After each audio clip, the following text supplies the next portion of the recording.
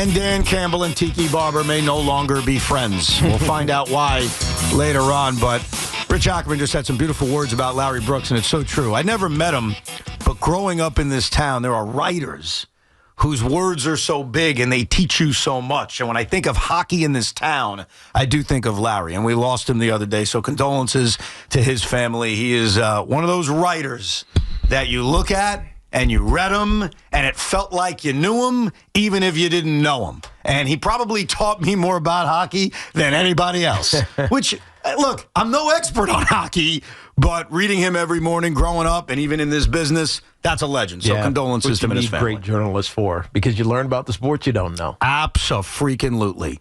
Now, let's get to the New York Jets. Do you remember, Teak, at the beginning of the season, Aaron Glenn was asked a really good question, which was, what's a successful season? And those are very, very tough to kind of answer.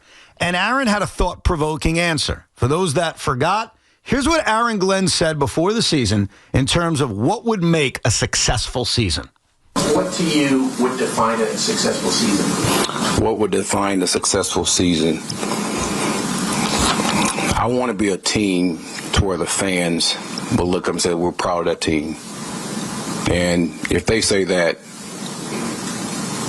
I'll be happy. I'll be happy because within that, I know that wins will come. Well, Aaron, you are 2-7. Yes, you're on a 2-game winning streak, but your record is 2-7.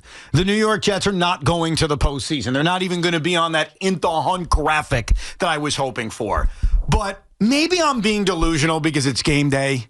Maybe I'm being too emotional because it's game day. If you can go to Foxborough, if you could stick it to Mike Vrabel and Drake May and Bob Kraft and all those incredibly obnoxious Boston fans who don't deserve this. They do not deserve a turnaround as quickly as they're getting, but they're getting it. And they're a wonderful organization. But Aaron, I hope you're listening. If you could stick it to those bastards up in Foxborough tonight, if you can shock the freaking world because you're 13-point underdogs and you can beat the New England Patriots, I can't speak for every Jet fan out there, though they can speak for themselves, 888-808-1019. I speak for myself when I say this, I'll be damn proud. You want to make me proud, Aaron Glenn?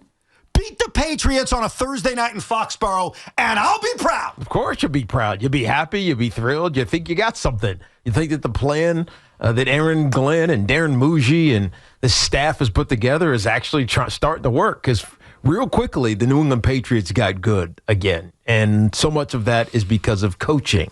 And we give Mike Vrabel so much credit for the success of the New England Patriots and the continued growth of Drake May and everything else. Nobody thought they had a roster that could be atop the NFC, the AFC East, or be one of the best teams in the AFC. So coaching must have had played a part in that. And when the Jets hired Aaron Glenn, that's what they wanted. They wanted a coach who was going to make the good players there better and the average players there good. And we kind of see it, not fully. And I think most of it is because of the quarterback that we're kind of hung up on right now. But this is a chance for Aaron Glenn to show the rest of the league and those that are evaluating him that, hell, he's a good coach. Damn right. That's what it comes down to. When you win games that you are not close to being a favorite in, then you must be a good coach. That's what it comes down to for Aaron Glenn tonight. And it will show that this team is moving in the right direction. Look, They started the year 0-7, and there were real conversations on this radio station or amongst Jet fans about firing Aaron Glenn after 1 year. That was a real conversation. And they've won 2 in a row. And I get how they've done it. I mean, what they did last week against an awful Cleveland Brown team was have an incredible special teams day. Have a historical special teams day. It's a team sport, man. Damn right. Run the football incredibly well. Right. And they were, in ways, fortunate to defeat the Cleveland Browns. But they did. They pulled it off. They won a football game. And I said this earlier this week, I didn't even care how. And so I look at the Patriots, and they're having a wonderful season. They're 8-2. But I'd argue that their record is better than the actual talent on their roster. As you even said, this is about coaching. This is about Mike Vrabel taking a decently rostered team and bringing it to a level in which I bet you the people in Boston think they're Super Bowl contenders. So I want to see some of that. And it doesn't mean the Jets have to run the table. Doesn't mean they actually have to get to the in the hunt graphic, though I'd like it. But how about just stick it to these guys? Because talent-wise, they're good. I don't know how much better they actually are than the New York Jets, and that's even after trading Quinn Williams and Sauce Gardner. So to back up Aaron Glenn's words of making us proud, and here's the thing, I'm sure there are Jet fans right now listening to my voice saying, oh, shut up, Evan. Even if they win, who cares? At 3-7, they suck. You know what? I think you're all liars. Because I think you hate the Patriots. I think deep down every Jet fan hates the Patriots, especially if you're a little bit younger, if you're my age. The Dolphins haven't done a damn thing to us. They've sucked for a million years. They're the most overrated franchise in the world. It's the Patriots we hate. And to see the Patriots, who had this incredibly annoying dynastic run that never ended, it finally ends. And within a half a decade, they're back to being this good? Yeah. We hate them. Yeah, well, context matters, too. You have to keep this. You can't not look at this. You can't. They've beaten the Miami Dolphins, the Carolina Panthers, the Bills, which was a good win, obviously, division game, so maybe the emotion was there. But that notwithstanding, the New Orleans Saints, the Tennessee Titans, the Cleveland Browns, and the Atlanta Falcons. The big wins that they've had were the Buccaneers and the Buffalo Bills. Yeah, but those are big wins. Of course they are. I mean, I can't But they also dismiss it. had 2 losses that you scratch your head. How the heck you lose to the Raiders and then you lose to the Steelers? So, when we think about this team, obviously their record speaks for itself, and Drake May is having an MVP season. That is fact. You can't put it any other way. He's completing 70+% of his passes, and his touchdown interception ratio. It's just he's having a great season. But they've also won the games that they're supposed to win. And that's a big part of being good. 100%. A big part of being good is beating the teams on your schedule. You know, I thought like 2 weeks ago, I probably would have said the same thing about New England, which is that they're a bunch of bullies, that it's fool's gold. Mm-hmm. But that win against Tampa was damn impressive. That was without a doubt. That's the on the road against the Buccaneer team. That was the win where I'm like, all right, maybe they are that good. And you ran it down their throat. That was what made it interesting to me, because the Bucs are a good team. They fight. And it felt like they could never get within a puncher's chance of winning that game. And that's why winning tonight's game would mean so much. They're a team that we hate. They're a fan base we hate. They're a franchise we hate. And this would go a long way to making you feel Aaron Glenn does know what he's doing, that the Jets are trending in the right direction. And the other thing that really impressed me last week, and maybe I'm making too much of it, but Beningo agreed with me, so I guess we think the same way sometimes, which is after you trade Sauce Gardner and after you trade Quinnen Williams, there could easily be a letdown in that locker room. I mean, you made a big deal of that over the last couple of years with the Giants, when we would talk about trading a Saquon Barkley, and you're like, Evan, think about what that does to the locker room. And I'm like, you're probably right. So I assume trading Sauce and trading Quinnen could have had that same effect on the Jet room, and it didn't happen. Now, I get it. It was the Cleveland Browns. Trust me, I get who the opponent was, but they responded. And a win tonight on the road against a division rival, a team that's 8-2, would go so long a ways into making me and many others, whether they want to admit it right now or not, into really fully believing that we may have a coach. Yeah, when we talk about the teams that started 0-4 earlier, we did this 2 weeks ago, or whatever it was. Kyle Shanahan's, the 49ers. You talk about the Cincinnati Bengals when Zach Taylor's first couple of years, they were 0-11 before they finally got a win. In a couple of years, it obviously transferred and then got into the Super Bowl. But like at some point, if your mantras or your culture is going to take hold, it's got to happen. It's not just, we'll get them next year. Like at some point, it has to take hold. And this is for me, when I look at this game for the Jets, this is that opportunity. This is for us outside of it to start believing what you're preaching inside of this thing. And that everything that you've said was going to happen is finally starting to happen. We've seen it in 2 games, across the bye week, obviously. But if they do it again, then you really believe. Then you forget the record. It's just, I believe that what Aaron Glenn has been saying all season, all offseason long, is actually starting to translate into these guys' minds. And a small part of what gives me hope is actually something Sean has said a lot throughout this season. Whenever we make picks on Thursday night, usually not involving a local team, Sean will bring up the short week factor and how we see a lot of weird crap on Thursday night. We just do. You've said it all year, right, Big Man? It's just a weird day to play a game. Yep. Saw it last week, too. Absolutely. It's a short turnaround. It's just odd. Guys are used to having the recovery time. They don't have the same recovery time. It's quick in game planning and preparing for the next opponent. So that weirdness would lead me to hope that the Jets can make this a game tonight. Right. As long as you're healthy and your mind is right and you're not distracted by the rivalry in the division, of course you could. But every time I think about Thursday night games, I don't know how I would have done it if I was playing, especially at the end of my career. Because you play on Sunday. I wouldn't feel good until Wednesday. Wednesday's a travel day.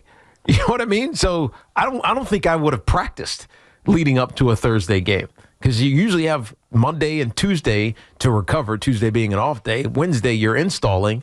And then, Thursday, you're installing again. Friday's a lazy day. Saturday, you travel. It's so crunched. Yeah.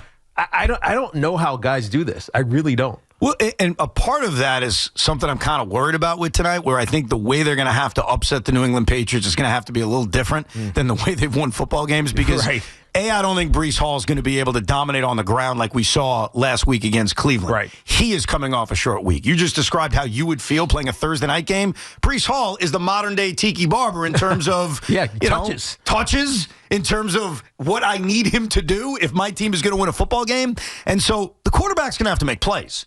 And one of the issues has been Justin Fields really hasn't done that. I was reading a stat earlier today from Jets X Factor that Justin Fields has thrown for 1,143 yards. It is the fewest by an opening week starter through 8 starts since Jamarcus Russell in 2009. That is alarming. Wow. And it's also, they're not asking him to do a lot. But in a game like this, they're going to have to ask him to do a lot. Right. They're not. I mean, the Patriots have been the best team in the league against the run. I don't think Breece Hall's just going to be able to shove it down their throats. They're going to need the quarterback to make a play or two. And it makes you wonder, is Tyrod Taylor going to be quick off that bench if we don't see an effective Justin Fields in the first half? That would be hard. Why? He hasn't even named the starting quarterback. He hasn't? Of course he has. No, he hasn't. He still hasn't named the starting quarterback. Did they ask yesterday? Not yesterday, but a few days ago, he began his press conference by saying, I'm not going to answer who the quarterback is. And so then he doesn't talk again until they didn't talk again. He has not revealed a starting quarterback. Now, we are surmising it's Justin Fields. There's one little piece of evidence that it is Justin Fields, and that is yesterday during player availability, Justin Fields spoke to the media and not Tyrod Taylor. So, yeah, I think we're all logically assuming it's Justin Fields, and it will be Justin Fields. I'm merely saying, because of what it's going to take to win this game, and because of what Tyrod Taylor is very good at, and because we've seen a lot of bad at times from Justin Fields, and because we have seen Aaron Glenn make a quarterback change, it's not like he hasn't yet, would we see him do it here early if Justin Fields is struggling? You got to win the football game, so I'm all for it. I'm all for doing whatever it takes to win. Yeah, but I don't see that. that gets really hard. And so unless Justin Fields is just so abysmally bad and just not like disinterested bad, then I don't think you can do that. Because Justin Fields also has had moments this season where he's looked exceptional. And he also has a athletic ability that I guess Tyrod does as well, but not nearly the same, that could also mitigate him not being able to throw the ball down the field, so to speak. So I think it would take a lot for Justin Fields to get benched in this game. Because, yeah, the win is important, but it's not worth creating a quarterback controversy with 8 games to go. He's already created it. He doesn't announce who the starter is. This is the perfect climate to go back and forth with a quarterback. But to me, this just feels like it's a big joke. It's a big joke that he just keep perpetuating. You know what I actually think it is?